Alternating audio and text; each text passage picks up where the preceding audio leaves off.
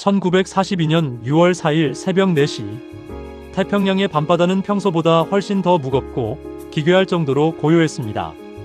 칠흑 같은 어둠 속 일본 연합함대 사령관 야마모토 이소로쿠는 자신의 거대한 기함 야마토의 함교에 서 있었습니다. 수평선 너머로 핏빛처럼 붉은 달이 서서히 떠오르고 있었죠. 그의 시선은 오직 한 곳, 지도상의 작은 점 하나를 향해 있었습니다. 바로 미드웨이입니다. 진주만은 그저 가벼운 전체 요리에 불과했다. 이제 미국은 이 치명적인 일격을 견디지 못하고 영원히 무릎을 꿇을 것이다. 그의 등 뒤로는 인류 역사상 가장 거대한 살상 병기들이 줄지어 바다를 가르고 있었습니다. 아카기, 카가, 소류, 히류. 이름만 들어도 미 해군을 공포에 떨게 만들었던 네 척의 거대한 정규 항공모함. 이 10만 톤의 강철 괴수들이 뿜어내는 시커먼 매연은 마치 태평양 전체를 집어삼킬 듯한 죽음의 행진곡 같았습니다. 비행 갑판 위로 가볼까요? 그곳에선 제로센 전투기 조종사들이 마지막 출격 점검을 마치고 있었습니다. 그들의 얼굴엔 긴장감 따윈 없었습니다. 오직 승리를 확신하는 오만한 미소와 낄낄거리는 웃음소리만이 갑판을 채웠죠. 그들에게 이번 작전은 전쟁이 아니었습니다. 그저 도망치기 바쁜 미 해군의 숨통을 끊어버리는 사냥이었습니다. 완벽한 계획, 압도적인 전력.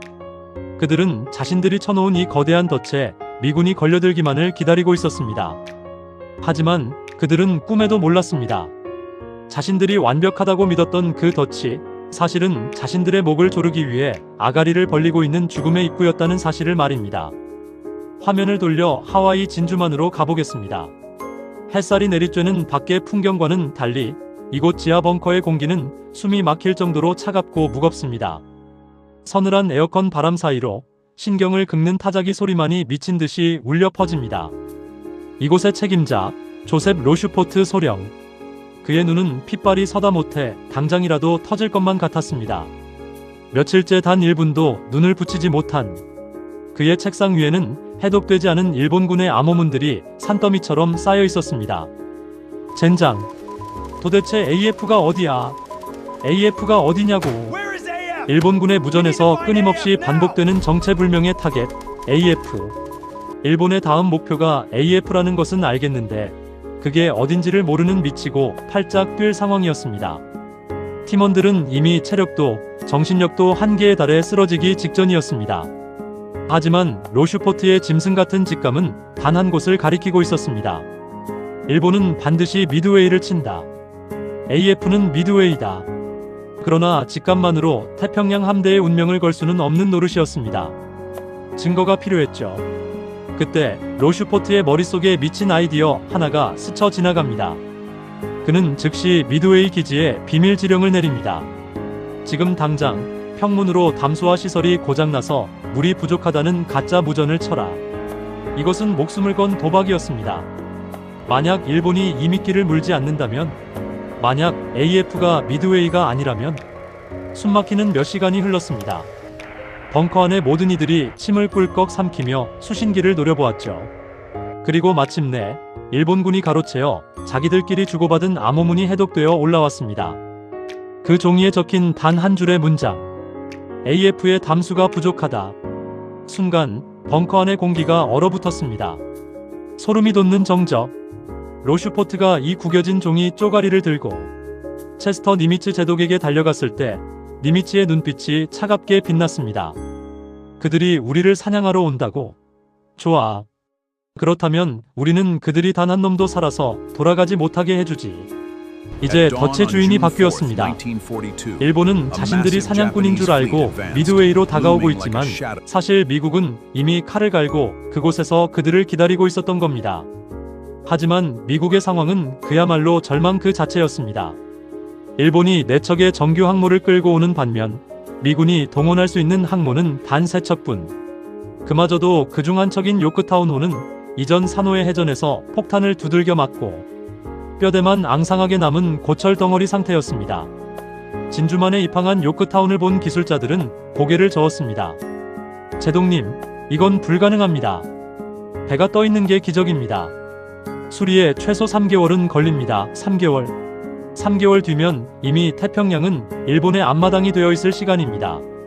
그때 니미츠 제독이 기술자의 멱살을 잡을 듯이 다가가며 낮게 으르렁거렸습니다. 3일. 단 72시간 만에 수리해라. 무조건 배를 띄워라. 그날부터 진주만의 지하독은 글자 그대로 지옥으로 변했습니다.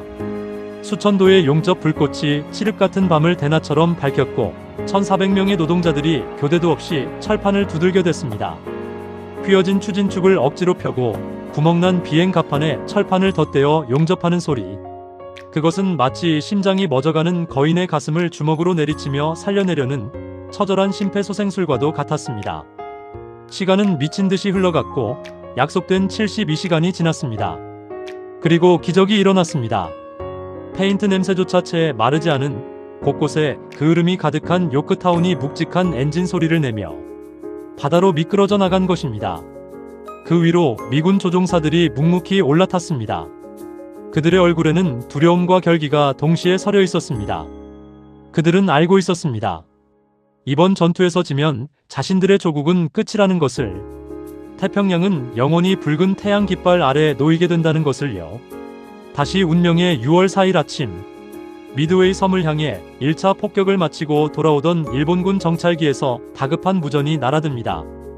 적 함대 발견, 적 함대 발견. 항모로 추정되는 함선 3척. 이 무전 한 통이 일본 함대의 심장부를 강타했습니다. 뭐라고? 미군 항모가 왜 벌써 여기에 있어? 일본 함대 사령관 나구모 주이치 제독의 얼굴이 하얗게 질렸습니다. 그의 계획표에 미군 항모는 아직 하와이에 있어야 했습니다. 완벽했던 시나리오가 산산조각 나는 순간이었습니다. 나구모는 치명적인 딜레마에 빠집니다. 지금 당장 미드웨이 섬을 2차로 폭격할 것인가? 아니면 눈앞에 나타난 미군 항모를 칠 것인가? 미드웨이를 쳐라. 아니, 잠깐. 항모를 먼저 쳐야 한다. 폭탄을 어뢰로 바꿔라. 나구모의 갈팡질팡하는 명령에 일본 항모 내척의 비행 갑판은 그야말로 아수라장이 되었습니다. 지상 폭격용 폭탄을 달았던 전투기들에서 다시 폭탄을 떼어내고 배를 공격하기 위한 어뢰로 교체하는 미친 짓이 시작된 겁니다. 수백 명의 정비병들이 땀범벅이 된 채 무거운 폭탄과 어뢰를 수동으로 나르며 고함을 질러댔습니다. 빨리 움직여. 조심해. 떨어뜨리면 다 죽어. 규정상 무기고에 안전하게 보관해야 할 폭탄들이 갑판 위에 널브러졌고 전투기에 기름을 넣기 위한 항공유 호스가 뱀처럼 사방에 흩어져 있었습니다. 그 순간에 일본 항공모함은 단 하나의 불씨만 튀어도 모든 것이 날아가는 거대한 화약고 그 자체였습니다. 바로 그 절체절명의 순간, 구름 위 고도 15,000피트 상공, 태양을 등지고 숨죽여 날아오던 미 해군의 급강하 폭격기 SBD 돈틀리스 편대가 구름을 뚫고 모습을 드러냈습니다. 조종사 매클러스키 소령의 눈앞에 노란색 비행 갑판을 훤히 드러낸 일본의 거대한 항공모함들이 들어왔습니다. 갑판 위에는 폭탄과 어뢰, 그리고 연료가 가득 찬 전투기들이 빼곡히 들어차 있었죠. 그는 무전기 스위치를 눌렀습니다. 전기, 공격하라. 그 짧은 명령과 함께 수십 대의 미군 폭격기들이 기수를 90도 아래로 꺾었습니다. 중력을 거스르며 바다를 향해 수직으로 곤두박질치는 폭격기들. 바람을 가르는 날카로운 파열음이 태평양의 하늘을 찢어놓았습니다. 일본 함대에서도 다급한 사이렌이 울려 퍼졌습니다. 적기 급강하. 대공포 쏴라.